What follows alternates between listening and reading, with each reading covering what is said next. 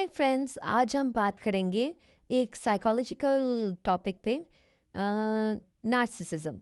So this is a very well known word these days. This word has come from Greece. And जब भी हम अपने बच्चों की अपब्रिंगिंग करते हैं तो हमें लगता है कि हम अपने बच्चे को इंजीनियर बना दें, डॉक्टर बना दें, और हम उसको इतना अच्छा इस वर्ड में फिट कर दें कि उसकी अर्निंग बहुत अच्छी हो जाए. लेकिन गाइस, मैं हमेशा कहती हूँ कि सबसे पहले हमें अपने बच्चे को एक गुड ह्यूमन बीइंग बनाना बहुत ज़रूरी है. उस बच्चे के बीच उसे वैल्यूज़ होनी चाहिए. उसको पता होना चाहिए what the difference between right and wrong. So save your child from being narcissist. कहीं ना कहीं जब हम अपने बच्चे की अपब्रिंगिंग करते हैं तो उसमें उसकी साइकोलॉजिकल अपब्रिंगिंग का भी बहुत बड़ा हाथ होता है. सो उसी टाइम पर कई बच्चे नार्सिसिस्ट बन जाते हैं. सो उस टाइम पर हम अपने बच्चों के साथ कैसे डील कर सकते हैं, हम इस टॉपिक में यही डिस्कस करेंगे कि व्हाट इज़ नार्सिसिज्म और उसके क्या सिम्टम्स होते हैं, और अपने बच्चों की अपब्रिंगिंग में हम कैसे उसे अवॉइड कर सकते हैं. So there is a very thin line. आप कहेंगे कि हम बच्चों को हम सेल्फ कॉन्फिडेंट बनाना चाहते हैं, तो उनको कैसे सेल्फ कॉन्फिडेंट बनाया जा सकता है. So there is a very thin line between self confidence and narcissism. Self confidence is a positive quality while narcissism is a negative quality. So narcissist को लगता है कि मेरे अलावा कोई इस काम को नहीं कर सकता, या मैं ही सुंदर हूँ. और ऐसा करना कि मैं ये कर सकता हूँ ये बुरी बात नहीं है, मैं ही कर सकता हूँ. That's the quality of narcissist. So कुछ लोगों को लगेगा मैं इतनी सुंदर हूँ, मैं क्या करूँ, और मैं नहीं तो ये दुनिया नहीं चल सकती. So narcissist, this is a narcissist personality disorder which is called NPT. कुछ लोगों को लगेगा मैं कानून से ऊपर हूँ, जहाँ मैं खड़ा हो जाता हूँ वहीं से लाइन शुरू होती है. सो एंड कुछ लोगों को लगेगा मेरी बॉडी इतनी सुंदर है, वो अपनी बॉडी बनाते हैं, बॉडी बिल्ड करते हैं, और उनको लगेगा कि मेरी बॉडी जैसी किसी की बॉडी नहीं है. That is called somatic narcissism. और कुछ लोगों को लगेगा कि मेरी बुद्धि सबसे सर्वश्रेष्ठ है, किसी के पास मेरी जैसी बुद्धि नहीं है. That is called intellectual narcissism. आजकल एक और narcissism, spiritual narcissism is well known. जो आजकल के बाबा लोग वो समझते हैं कि हमें आत्मज्ञान सबसे अधिक है और हमारे आगे बाकी सब तुच्छ हैं. मुझसे बड़ा कौन है, मैं ही भगवान हूँ, या भगवान से नंबर 2 मैं हूँ. सो ये एक बहुत सीरियस बीमारी है. अगर कोई भी आपको 24 घंटों में 500 बार टेक्स्ट कर रहा है कि मैं तुमसे प्यार करता हूँ, वो एक्चुअली नार्सिसिस्ट है. वो आपसे नहीं, वो अपने आप से प्यार करता है.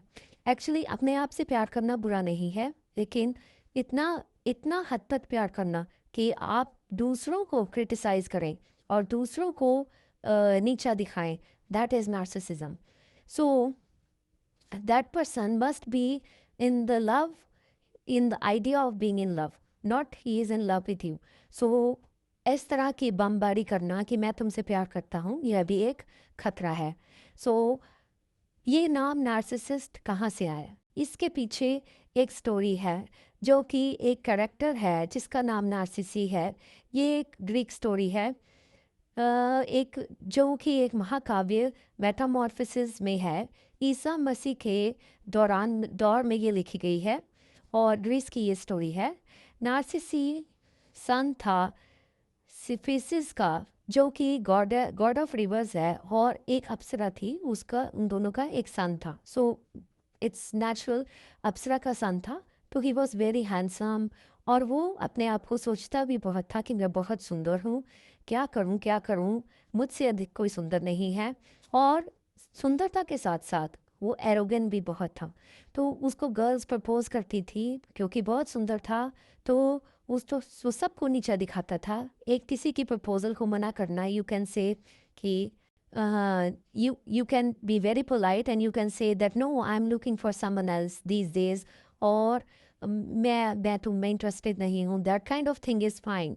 लेकिन अगर कोई ऐसे आपको कहता है कि तुमने अपनी शक्ल देखी है, तुम पहले अपना आईना जाकर देखो, आईने में अपनी शक्ल देखो, तो ऐसा बहुत रूड आंसर होता है। तो ऐसे करने के कारण कई लोगों को वो मानसिक तौर से भी बहुत क्षति पहुंचाता था, और लोग इस चीज़ से बहुत लड़कियां इस चीज़ से बहुत आहत होती थी। तो ऐसे ही उसने एक बार एक लड़के ने उसको प्रपोज किया, तो उस टाइम पर भी may be homosexuality was not an offence और समथिंग। सो एक लड़के ने ही उसको प्रपोज किया कि आप मुझे वो उससे सम्मोहित हुआ और उसने कहा कि मैं तुमसे प्यार करता हूँ और मैं तुमसे शादी करना चाहता हूँ, क्यों ना हम जीवन एक साथ बिताएं। तो अ, उ तो उससे क्या हुआ कि वो उसने उसको भी बहुत रूडली ठुकरा दिया, और इस बात से वो लड़का इतना आहत हुआ कि उसने सुसाइड कर लिया। सो वहाँ से ये नाम नार्सिसिज्म डेवलप हुआ, कि ऐसे लोग, इतने अहंकारी लोग भी होते हैं जो दूसरों की परवाह किए बिना सिर्फ अपने आप को ही इतना ज़्यादा घमंडी होते हैं, अपने आप में ही इतने ज़्यादा घमंड करते हैं कि उनको किसी की परवाह नहीं होती। तो इन लोगों के सिम्टम्स क्या होते हैं कि ये लोग अपने आप को बहुत सेल्फ इम्पोर्टेंस देते हैं, उनको लगता है कि मेरे बिना कुछ भी नहीं है, और वो लेस एम्पथेटिक होते हैं, दूसरों के दुख दर्द से उन्हें कोई फ़र्क नहीं पड़ता, वो सिर्फ अपने में ही होते हैं। And they are saddest also. Saddest people are जो दूसरों के दुख में मज़ा आनंद लेते हैं। सो अगर दूसरों को दुख पहुंचाने में किसी को खुशी हो रही है, सपोज आपकी गली में डॉग्स हैं, तो अगर आप उनको पत्थर मारकर खुश हो रहे हैं, so they are sadist, they are deriving pleasure from hurting others. So those are sadist people. So दूसरों को क्रिटिसाइज करते हैं, सेम खुद वो गलतियां करते हैं और फिर दूसरे लोगों को क्रिटिसाइज करते हैं। Gas lighting, so this is another word that give feeling to someone else that कि आप नीच हैं, आप ये ठीक नहीं कर रही हैं। ऐसे लोगों के साथ रिलेशनशिप निभाना, it's not easy, that's a very toxic relationship. So narcissism, that's why this kind of term is developing a lot these days, narcissism. अब आता है प्रश्न कि आप अपने बच्चों को कैसे इस चीज़ से सेव कर सकते हैं। सो मैं कुछ चीज़ों को सजेस्ट करना चाहूँगी फ्रेंड्स, कि सबसे पहले आपको अपने बच्चों की टू मच प्रेज कभी नहीं करनी चाहिए। उनको उनकी सक्सेस को अनड्यू सेलिब्रेट करना और बहुत ज़्यादा praise, you as a parent you have to maintain a very good balance, कि कहाँ पर आपने थोड़ी प्रेज करनी है और कहाँ पर ऐसा भी नहीं होना चाहिए कि आप बच्चों को बिल्कुल सुप्रेस करते हैं। That's why parenting is very difficult these days, क्योंकि आपको बहुत बैलेंस बना के चलना चाहिए। It's not like sometimes you praise your kid and sometimes just give undue success और अनड्यू जस्ट फेलियर को उनको आप हाईलाइट करें।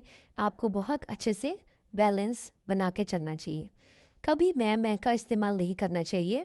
ऐसा नहीं होना चाहिए कुछ भी हम कर रहे हैं दैट शुड बी इंडिविजुअलिस्टिक, हमें उसको हमेशा वी कहकर पुकारना चाहिए। Like we as a team work, like हमें एक व्यक्ति पर ध्यान नहीं देना चाहिए, लेकिन डेवलपमेंट पर ज़्यादा से ज़्यादा ध्यान देना चाहिए।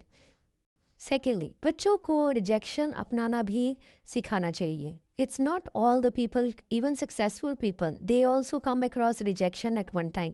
सो कभी रिजेक्ट हो गए, फेलियर हो गए, these are all part and parcel of life. उनको ये भी सिखाना चाहिए कि रिजेक्शन को उन्होंने कैसे अपनाना है, फेलियर को कैसे एक्सेप्ट करना है। फेलियर को एक्सेप्ट करना भी बहुत बड़ी बात है। सक्सेस तो हर कोई एक्सेप्ट कर लेता है, फेलियर को एक्सेप्ट करना भी बहुत बड़ी बात है। बच्चों को विनम्र बनना सिखाएं। इट्स नॉट कि वो बड़ों के साथ ही विनम्र हो, उसको हर एक इंसान के साथ उसको विनम्र होना चाहिए। And in the last I would say, बच्चों को डेमोक्रेटिक बिहेवियर सिखाना चाहिए। ज़रूरी नहीं है कि सब लोग आपकी बात से सहमत हों।